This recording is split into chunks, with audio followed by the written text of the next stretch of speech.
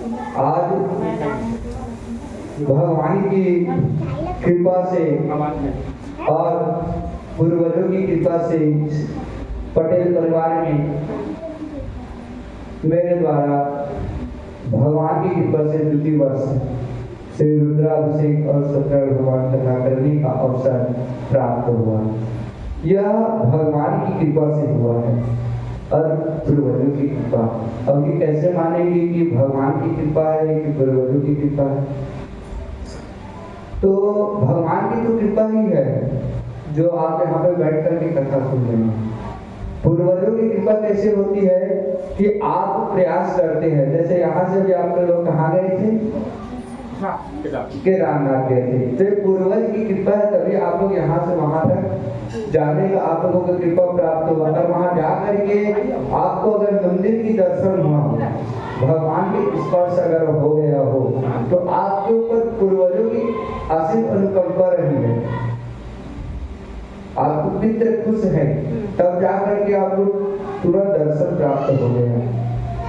और पूर्वज की कृपा तब नहीं होता अगर आप प्रयास करके जाते और मंदिर का दरवाजा बंद हो जाता, आकस्मिक कुछ कारण आ जाता। अभी भूख जैसे आए हैं आप लोग गए, आप लोगों का नहीं हुआ, अभी कुछ भूकंप वगैरह आए थे ना,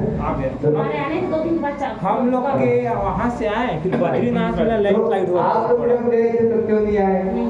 और आप लोग जाने के भगवान की कृपा और पूर्वजों की कृपा है कि जब आप दर्शन करने गए और बिना विघ्न बाधा के आप दर्शन करके आ गए थे, पूर्वजों की कृपा है। अगर विघ्न बाधा आ जाता कहीं वापस लौट जाते तो न जाने आपके पूर्वजों की कृपा कभी रहता है, तब जा करके इसकी दर्शन नहीं होगी। अब भगवान की कृपा कैसे प्राप्त होगा? जैसे कभी नहीं अचानक आप लोगों ने बुलाया, पंडित मिल गया और मैं आप दर्शन देने आ गए। कभी अचानक मैं बिलासपुर आया अपनी मेले रहा, अगर अचानक आपके घर में पहुंच गए, आप लोगों ने कोई प्रयास नहीं किया, तब वो भगवान की कृपा होती है। हमारे घर के द्वार पे कौन आते हैं? जब भगवान की कृपा होता है तो हमारे अतिथिगण आते हैं। अतिथि देवो भवः। गौ माता आती है। आप बिना बुलाए कभी अभ्यास से आते हैं कि नहीं? गौ माता बिना बुलाए भिक्षा लेने के लिए ब्राह्मण देवता आ जाते हैं। तो आजकल तो भिक्षु को भी बनकर के चल रहे हैं। पहले ब्राह्मण लोग तो कोई अधिकार था भिक्षा मांगने का, है तो अन्य को नहीं था। तो ये भगवान की कृपा है कि आपने बिना प्रयास किए और किसी देवता, ब्राह्मण देवता का, गौ माता का या ऐसी कथा सुनने का अवसर आपको बिना प्रयास के मिल जाता है, तो भगवान की कृपा है। और आपको पितरों की कृपा से और भगवान की कृपा से आप लोग कथा सुन रहे हैं। भगवान की कृपा कैसे कि आप धन्य भागी हैं कि आप कथा सुन पा रहे हैं।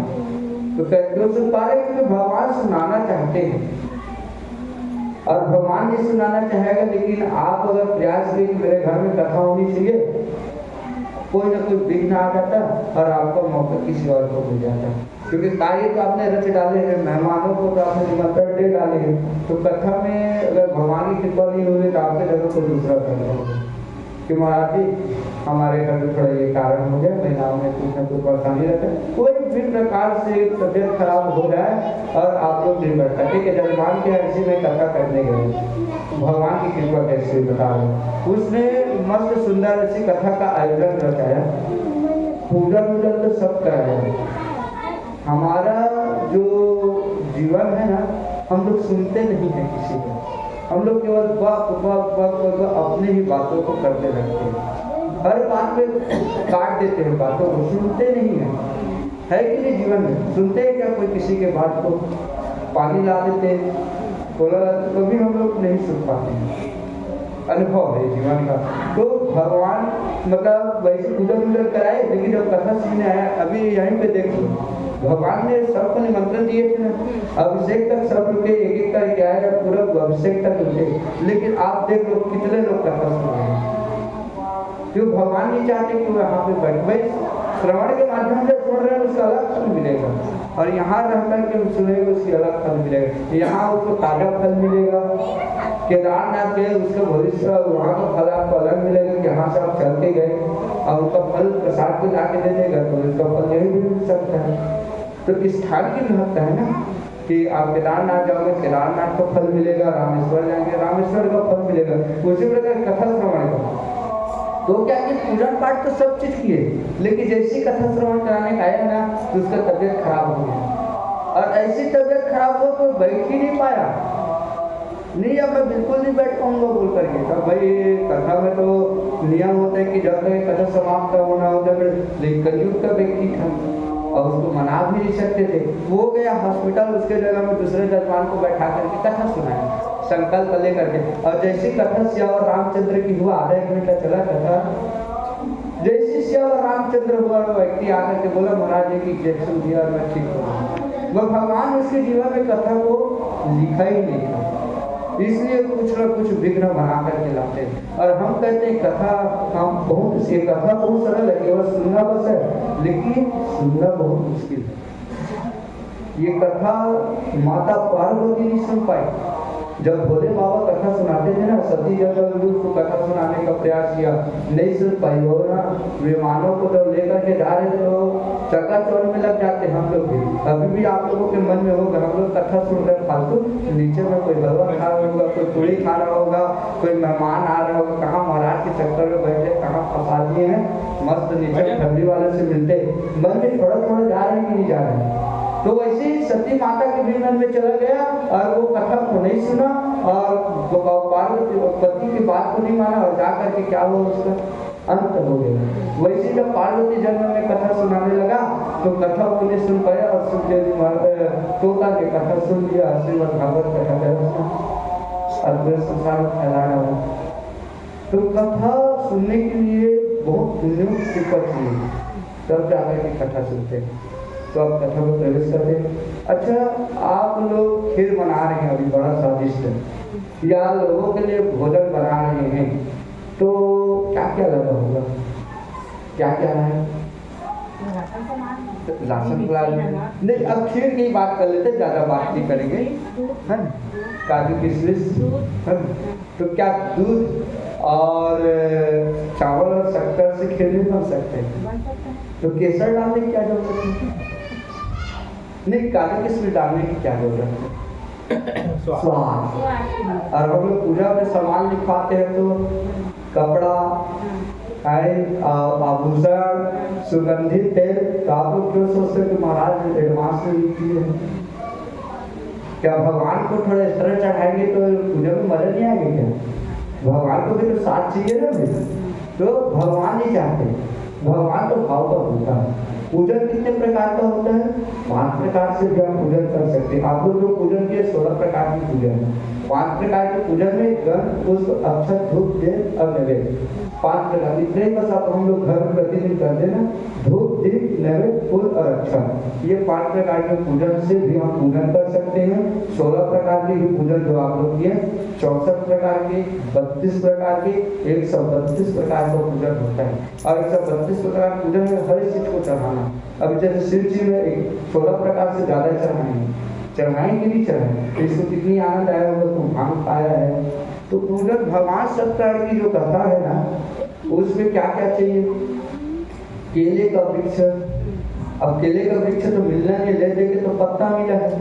अब 4 टू केला मांगने जाओगे तो 1000 रुपये का तो केला आएगा, बढ़ गया, महंगाई का जमाना है, कहीं तो काट के मुझे देगा। अब 4 को मंडप को सोचोगे 4 घंटा का कथा है, केले के मंडप को महाराज मंगा रहा है, तो उससे केले के पत्ते से भी चल जाए, जैसे हम लोग लगाए।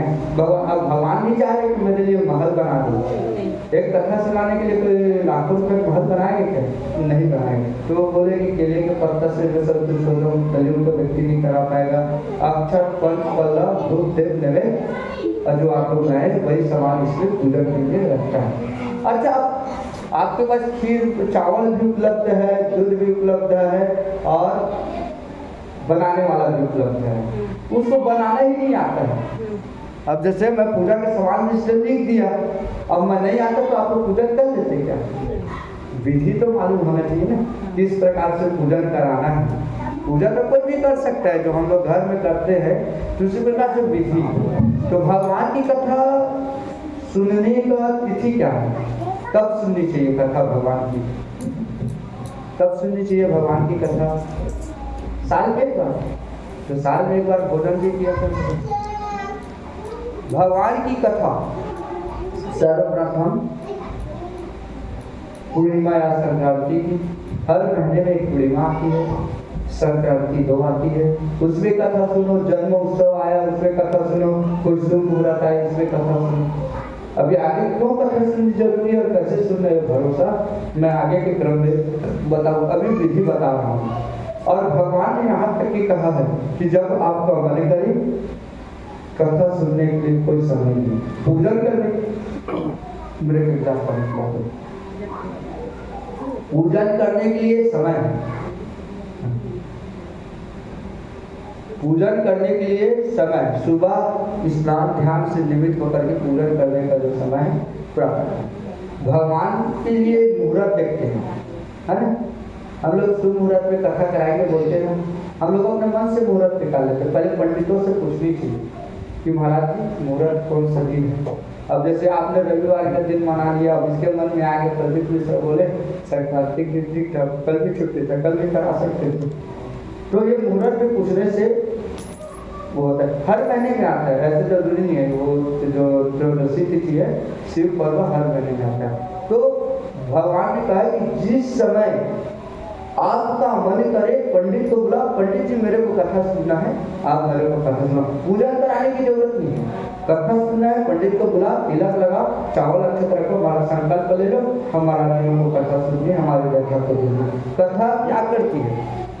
कथा जैसे साबुन और निरमा क्या करते हैं, हमारे शरीर में जो मैल लग गया है उसको निरमा साबुन, लाइक बार साबुन, क्या क्या ना जाने साबुन, मेरे को नहीं पता भाई। तो साबुन से हम लोग शरीर को धोते हैं तो शरीर की होती है। अब हमारे मन में गंदगी बैठ गई है, हमारे अंदर में मैल जमी हुई है, उसको कैसे दूर करें? लगाएंगे क्या? साबुन निरमा शैम्पू को गिलास में धो करके पी लेते हैं तो ठीक हो जाएगा क्या? और हमको हॉस्पिटल जाना पड़ेगा। तो मन की व्यथा को दूर करने के लिए भगवान की कथा ही दूर कर सकती है, और कोई नहीं कर सकता है।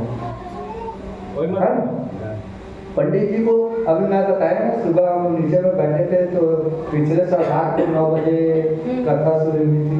तो कथा सुनने के लिए कोई भी टाइम हो, जब मन करे फोन करो, हम आएंगे और आपको कथा सुनाएंगे। या कहीं से भी कथा सुनो, कथा जहाँ पर भी मिले जीवन में जरूर सुनोगे। हर कथा से कोई ना कोई ज्ञान आपको जरूर मिलेगा। सुबह स्नान ध्यान हो करके अक्षत कोश गंध पुष्प को धारण करके भगवान गोविंद के सामने में बैठ करके सभी चीजों को निवेदित करके भगवान से प्रार्थना करने से, भगवान मैंने गंध पुष्प अक्षत से आपका पूजन किए हैं, इस मनोकामना को जरूर पूरा करना। यथाशीघ्र ब्राह्मण भी कैसा होना चाहिए? जो उदाहरण सही, लोभी नहीं होनी चाहिए, पाखंडी नहीं होनी चाहिए, शिष्टाचार वाला होनी चाहिए और सभी चीजों में सक्षम होना चाहिए।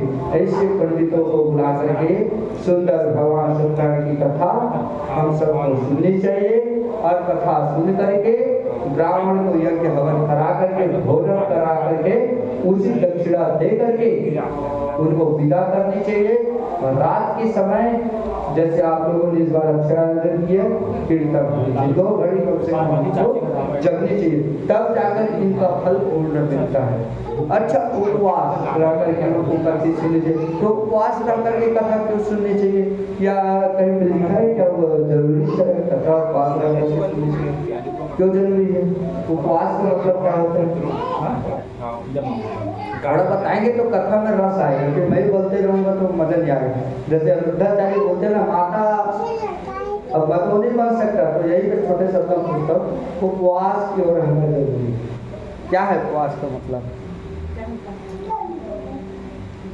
दिन भर खाली पेट रहकर उपवास नहीं, अपने नयनों को, अपनी इंद्रियों को संसारिक दुनिया से हटा करके ईश्वर की ओर मोड़ लेना ही व्रत है। अपने नयनों को, इस जो हमारे ध्यान है उनसे पूरे दिन ईश्वर की आराधना करना, किसी के बारे में गलत विचार न लाना, सत्य के मार्ग में चलना, सबका सम्मान करना, आए हुए अतिथियों का सम्मान करना, ये उपवास है। और कथा में तो हम तो यहाँ से करते हैं, कथा में उपवास रहने से ना आप अधिक से अधिक तक एक स्थान पे बैठ सकते हो, आपको मल त्याग करने की जरूरत नहीं पड़ेगी। और खा लोगे तो कभी इधर महाराज जी घुटना दर्द कर रहा है, महाराज जी निद्रा आ रहा है, तो भाई अत्यधिक खा लोगे तो आपको आएगा। तो नहीं बन पा रहा है तो कम से कम 2 टाइम भोजन करो। नहीं बन पा रहा है कथा फिर भी सुनना है, 2 टाइम अगर कथा नहीं सुन पा रहे हो तो 3 टाइम भोजन करो, लेकिन कथा जरूर सुनो। और यहाँ तक कि अगर फिर भी 3 टाइम में अगर आपका मन नहीं लगता है तो कथा सुनते सुनते समोसा आलू भुजिया ले करके खाते खाते भी कथा सुनो, लेकिन कथा को छोड़ना नहीं है। ये कथा जरूर सुनना है, चाहे जैसे भी सुनो। आगे कथा में प्रवेश करते हैं। एक बार नैमिषारण्य की पावन तीर्थ पर 88,000 महात्मा लोग ऐसी बैठ कर की कथा सुन रहे। नैमिषारण्य तीर्थ कहाँ है? एक बार ब्राह्मण देवता लोग विष्णु भगवान से बोले कि प्रभु जब आप कलयुग के धर्म धाम को छोड़ करके जाएंगे तो कलयुग आ जाएगा, कलयुग में ना तो पूजा को कोई मानेगा, ना पाठ को मानेगा, ना वो दान पुण्य को मानेगा, तो हम ब्राह्मण की आपकी सेवा बिना रह नहीं सके, हमें उचित स्थान बता दी जहाँ पे हमें कोई विघ्न बाधा न डाले। तो सुदर्शन चक्र को छोड़ा और उत्तर प्रदेश जाकर जो क्षेत्र पे गया, नई क्षेत्र में जाकर गए, नैमिष पड़ा और उसी नैमिष में तीर्थ करते वही पे पूजन कराने का आपको कई गुना ज्यादा करना पड़ेगा। अब वहाँ जाओगे तो जजमान को सबसे ज़्यादा फल लगेगा, सर्टिफिकेट कराना पड़ेगा, पंडित कराना लेगा, परमिशन लेना पड़ेगा। तो भगवान ने बोल दिया है कि जिस स्थान पर कथा होती है ना, जिस स्थान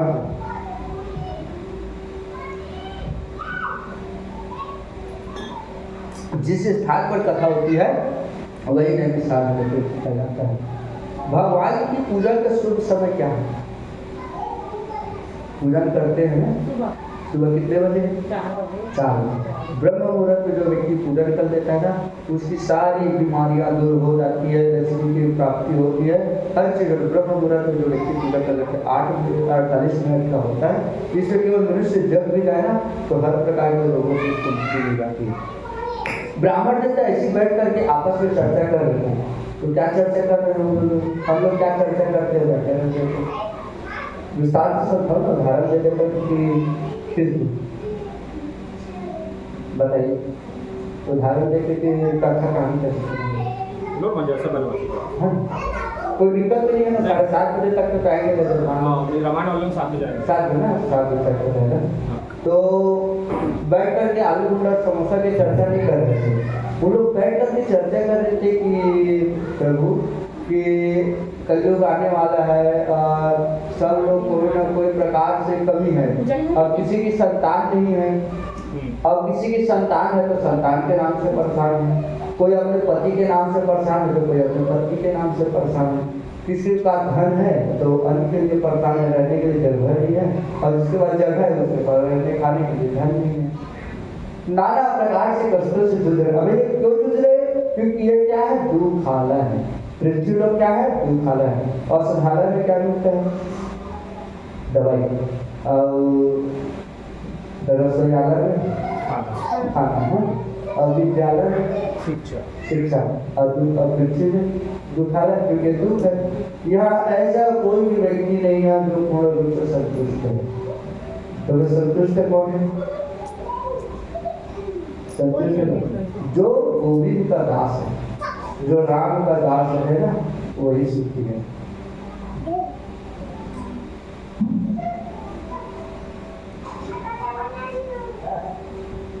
सुखी है। तो ब्राह्मण जब लोग ऐसे चर्चा कर रहे थे, उसी समय शुद्ध जी महाराज का आगमन हुआ। शुद्ध जी महाराज का आगमन हुआ तो देखो हमारे यहाँ कोई अतिथि आता तो हम लोग बैठे रहते हैं, आएगा बैठे का जगह दे देंगे। और शुद्ध जी महाराज का जब आगमन हुआ 88,000 ऋषि लोग, जहाँ कई उनसे बड़े बड़े विद्वान लोग थे, उम्र में अधिक थे, सबसे अधिक बलवान थे, लेकिन बिना बोले जब शुद्ध जी महाराज आए ना तो उठ करके सभी लोग खड़े हो गए।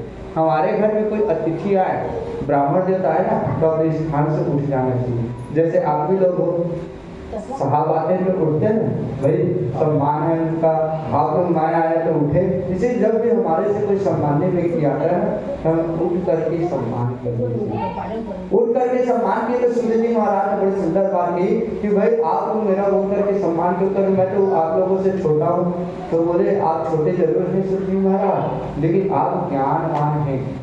तो कलयुग में बोला है जिसका ज्ञान है ना वो सबसे बड़ा इस संसार में पूजनीय होता है, और जिसके पास ज्ञान नहीं है ना उसको पूजनीय नहीं है। ज्ञान सबसे बड़ा होता है, क्योंकि बल आप कितने वजन उठा सकते हो, 50 किलो, आपसे कोई ज्यादा उठाने वाला 100 किलो उठा देगा, तो बलवान भी कमी है। और धन तो आपके पास लाख रुपया है तो आप आगे 5 करोड़ रुपये है, तो वो भी कोई काम के लिए। आयु आपको 50 साल है, आपसे ज्यादा उम्र वाले हैं, आयु भी टिक आयु, लेकिन ज्ञान जो है जितना आपके अंदर ज्ञान आते जाएगा आप उतने मतलब आपका जो प्रकाश है वो बढ़ते जाएंगे। जितना ज्ञान अर्जित है, जैसे आप लोगों के वकालत में जितना आप लोग केस लड़ेंगे उतने आप लोगों को ज्ञान रहेगा, वैसे आप लोगों को केस आएगा। तो उसी प्रकार सूर्य जी महाराज आपके पास ज्ञान के भंडार है, इसलिए हम उठ करके सम्मान किए। तो सूर्य जी महाराज ने सबको बैठने के लिए आसन दिए और उस आसन पे बैठ करके सबको बैठाएं और उनसे बड़ा प्रश्न किए। हम लोगों को पहले से प्रश्न नहीं करने चाहिए, जब पूछेगा तब प्रश्न करनी चाहिए। सूर्य जी महाराज ने बोले को ब्राह्मण देवता क्या परेशानी है, तो ब्राह्मण देवताओं ने कहा प्रभु कलयुग आने वाला है और कलयुग में सभी लोग परेशानी जूझ रहे हैं, इसके दुख का कारण कोई हो तो बताइए और उदाहरण से बताइए। सूर्य जी महाराज ने बोला पहले ये बात बताओ आप दोनों गुरु दीक्षा लिए हो, तो बोले हम लोग तो नहीं किए हैं। तो वही प्रश्न आप लोगों से पूछता हूँ, आप लोग पात्र है कि नहीं? अभी नहीं है तो मेरे गुरु का ध्यान करते हुए आप लोगों से करवट निवेदन है तो शीघ्र से शीघ्र गुरु दीक्षा जरूरी है। और आप लोगों को मन बन चुका है तो मैं भगवान से प्रार्थना करूंगा कि शीघ्र शीघ्र योग के गुरु देख करके ही आप लोग गुरु दीक्षा लेंगे। और दीक्षा उसी से लेंगे जो ब्राह्मण हो, वैष्णव कुल में जन्म दिया हो। तुलसी का महत्व है, तुलसी का धारण करिए, क्योंकि जब इस संसार से आप जाएंगे तो तुलसी आपके साथ जाएगा, बाकी सारी चीजों को निकाल दिया जाएगा। परिवार वाला बहू बोलेगी हार मेरा है, बेटी बोलेगी तुलसी मेरा है, पुत्र बोलेगा ये मेरा है, सब लोग निकालने के लिए कंठी को कोई नहीं ले सकता। तो कंठी के हलोक में काम आएगा और वो हलोक में गुरु का मंत्र काम आएगा। तो गुरु शिष्टाचार वाला होना चाहिए, आपके हर कार्य को निपटाने वाला होना चाहिए। वही अब कथा जैसे गुरु की सेवा को मना लेंगे तो गुरु के मुख से कथा सुननी चाहिए, तो जिसको आप गुरु बनाएंगे तो कर्म कांडी होनी चाहिए, उसके लिए आप गुरु बनाएंगे जो आपके हर कार्य को यथा से वैसे निपटा। जो कार्य हो गुरु के मुख सुनने से आपको पूर्ण फल प्राप्ति की होगी। क्योंकि गुरु क्या इच्छा करेगा कि मेरे शिष्य को कथा गुरु क्यों बनता है, अपने शिष्यों के लिए ही बनता है। तो शीघ्र आज मेरे गुरु के नाम से आप लोगों का कल्याण हो रहा है, सुंदर दीक्षा प्रदान किया। और बताइए एक बार नारद जी महाराज पृथ्वी में भ्रमण करने के लिए निकले, और भ्रमण करने के लिए निकले गए ना, छोटे बड़े अमीर गरीब सब के घर गए और देखा ना कि सब लोग कोई ना कोई परेशानी से गुजरे। नारद जी महाराज के मन में आया कि मैं पृथ्वी के लोगों से अगर पूछूंगा तो पृथ्वी के लोग क्या बतलाएंगे, क्योंकि हर व्यक्ति तो कष्ट से जूझ रहे हैं। तब जाकर के सूर्य महाराज से पूछे, नारद जी महाराज बोले इससे पूछूंगा तो परेशानी है, तो वह क्या के देखो लोग निवास जो पृथ्वी का रहता है उनके पास जाकर के पहुंचे। तो विष्णु भगवान सर सिंह से उतर करके नारद जी के स्वागत के लिए गए, जिसका लक्ष्मी चरण दबा रहे थे। लक्ष्मी मैया ने पूछा कहाँ जा रहे हो, बोले नारद ब्राह्मण देवता मेरे घर में आ रहे हैं और मैं उनके स्वागत के लिए ना जाऊँ। बोले प्रभु आप तो सबके सामने हैं तो जाने की जरूरत है। बोले ब्राह्मण देवता है और ब्राह्मण पूजनीय होता है, उसका जाकर के सम्मान करना मेरा कर्तव्य धर्म होता है। और नारद जी के जाकर के मस्त चरण धो करके कुछ आसन पे बैठा करके सुंदर भोजन सुधा करके अंत में नारद जी से पूछे हमारे भी जीवन में ऐसी कहीं कुछ कामना ले करके जाए, या हमारे घर में कोई अतिथि आए, कोई भी व्यक्ति आए ना, एक गिलास जरूर पानी देना चाहिए और पानी लेकर के प्रश्न करनी चाहिए। पति आए ना तो तुरंत साड़ी भी लेना हो ना, तो पति अगर काम करके आए तो तुरंत नहीं बोलनी चाहिए, बोले उसकी मनोदशा देखनी चाहिए। तो काम करने गया है ना, पति अगर काम करके भी आया हो ना तो तुरंत प्रश्न नहीं करनी चाहिए। प्रश्न करने को उत्तम समय क्या है पता है? सुंदर गाँव में किसी के घर में ना तो पहले मस्त रुको। और आजकल तो किसी घर में रुको फिर पहले जानता है बिना मतलब से तो व्यक्ति आए नहीं है। तो कोई हमारे खराब है, हम दूसरे घर की बात नहीं करेंगे, हम कथा सुन हमारे ही घर सुनेंगे। तो कोई अतिथि आ रहा है तो मस्त पर उसको भोजन करा, भोजन करा करके मस्त हाल चाल उनका पूछो। और रात्रि के समय विदुर जी को जब कृष्ण जी को लेने आए तो तुरंत नहीं बोल दिए थे कि आप कन्हैया को लेने के लिए आया। रात्रि कालीन जब नंद बाबा और विदुर जी जब सोए थे ना तो किस लिए आना हुआ? विदुर जी बोले ना, तो बोले मैं कृष्ण को लेने के लिए आया हूँ। अगर वही तुरंत आ करके बोले मैं कृष्ण को लेने आया हूँ तो उनका स्वागत होता, सत्कार होता, सीधा उनका विदा हो जाता। रात्रि कालीन तो आए हुए किसी को हम भगा नहीं सकते। तो उसी तरह पति से ले लो, साड़ी भी लेना और भोजन कराने के बाद पूछो स्वामी जी लगे लिए ना साड़ी, वो बिल्कुल नाराज नहीं होगा। लेकिन अगर आते साथ आप पूछो तो सही, अरे राम ले आपको दिन भर जब देखो साड़ी में काम करके आए पानी तो ये सर तो नारद जी फिर बताए पूछे प्रभु आप तो सब चीज जानते हो। तो नहीं नारद जी महाराज, कलयुग के व्यक्ति लोगों को जानना जरूरी है। तो आप अपने मुख से बड़ाई बताओगे ना तो जब तक आप उनको तो फिर कलयुग के लोग नहीं मानेंगे। तो प्रभु जब कलयुग में गया तो सब लोग कष्ट से जूझ रहे थे, उनके कष्ट का कोई उपाय होना तो जरूर बताइए और धारण से बताएंगे। तो नारद जी महाराज कलयुग के व्यक्ति अगर एक बार जीवन में सत्यनारायण की कथा सुन लेता है ना, निश्चित रूप से उनको जो कामना रहेगी वो उनको मिलेगी। धनवान को धन मिलेगा, पुत्र चाहने वाले को पुत्रान मिलेगा, और जिसको कुछ नहीं मिलेगा तो कब मिलेगा? जब हम श्रद्धा भाव से कथा करेंगे। उसमें ना जितना भी फल वगैरह है ना, पंचमेवा वगैरह सब अच्छा जमा करके फिर भोग लगाएंगे।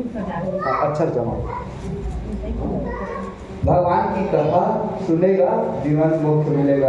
तो एक बोल सत्यनारायण भगवान की। अपन आगे दूसरे अध्याय में, प्रथम अध्याय में विधि और नियम है। एक था ब्राह्मण। हम लोग कहते हैं ना कि महाराज जी हम तो गरीब आदमी हैं और हम लोग कथा नहीं सुन सकते। चावल मत रखो, ये वाला रखो, सफेद तो है सफेद ठीक। हाँ जनेब नीचे वाले चावल नहीं रखना ठाकुर जी। हम लोग बोलते हैं ना कि हमारा जी गरीब आदमी है, सत्यनारायण भगवान की कथा नहीं सुन सकते। यही अध्याय में आपको पता चलेगा कौन था एकदम गरीब ब्राह्मण और करता क्या था, भिक्षा मांग करके जीवन यापन करता था। जब भी हमारे जीवन में गरीबी आता हो, जब भी हमारे जीवन में कठिनाई आता हो ना कोई रूप में, चाहे परिवार में हो चाहे समाज में हो, कोई न कोई रूप में मुसीबत में अगर आपका मरण करने वाला आ जाए ना तो समझना भगवान जी ने कोई न कोई कृपा की है तो हमारे मुसीबत में काम आया और आपके जीवन में आपने अनुभव भी किया होगा। ब्राह्मण देवता डंडी का रूप लेकर के आया और ब्राह्मण से पूछा, हे ब्राह्मण देवता आप पृथ्वी पर क्यों घूमते हैं? तो बोले कि मैं वृद्ध हो चुका हूँ और वृद्ध व्यक्ति को कौन काम में रखेगा? नहीं मेहनत करके काम करूंगा तो वृद्ध व्यक्ति का कोई बहुत बाधा नहीं है। छिले रिश्ते लोहा डालेगा एक ठो छिले रिश्ते ना। हाँ एक ठो मैं पन्नी ना होगी, एक ठो पन्नी वगैरह होई काला पन्नी में देखा वो रोटी बार है पीछे देखो कोई में होई पन्नी में नहावा यही मन में होई कोई में केला बना पन्नी में केला दे वाला केला बोले सो मत केला है अनाज को है कोई खाई खीर पूरी हाँ और काटा केला वगैरह और काट के केला मतलब अनाज पत्ती वाला काट के चढ़ा दे। हाँ केला वाला सब हाँ तेरे चक्कू रखते काट दे।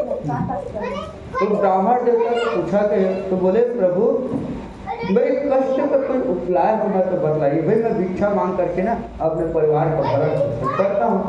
तो बोले आप सत्यनारायण भगवान की कथा सुनो। बोले कथा सुनने से क्या होगा? आप जो मांगोगे बेटा, आप लोग झंझट मत करो। सामने बैठ आके आप लोग जो सच्चे हृदय से मांगोगे ना, बिल्कुल आपको मिलेगा। और वृद्ध ब्राह्मण ने क्या किया पता है? वहीं पे संकल्प किया, कल भिक्षा मांगने से, देखो उसके बाद खाने के लिए अन्न नहीं है, भिक्षा मांग करके एक टाइम को उसकी रोटी चलती थी, लेकिन वह फिर भी वही संकल्प करता है, कल भिक्षा मांगने से जो भी धन अर्जित होगा, परिवार को बुला करके ना भगवान की सुंदर कथा को सुनेंगे। हमें ना, जैसे आप लोगों ने परिवार को आमंत्रित किया ना, आपको इसकी फल अवश्य मिलेगी। आपने कितने लोगों को कथा सुना दी है? आप लोग कितने लोग कथा सुन रहे हैं? एक ताजी आप लोगों ने निमंत्रण दिए 25 लोग ना, और माइक के माध्यम से 500 लोग। लेकिन आपको मैं बतला दूँ, इस कथा को विष्णु भगवान ने ब्रह्मा जी को सुनाया है, ब्रह्मा जी ने नारद जी को, नारद जी ने व्यास जी को, व्यास जी ने सुखदेव जी को, सुखदेव जी ने राजा परीक्षित को, और राजा परीक्षित के माध्यम से सुखदेव जी के माध्यम से पूरे संसार के लोग इस कथा को सुन रहे हैं। और न जाने यह कथा ना, जीरा चाहिए, जीरा। हाँ, जीरा टमाटर डाल दो, प्याज लहसुन अदरक मत डालो महाराज। यह कथा ना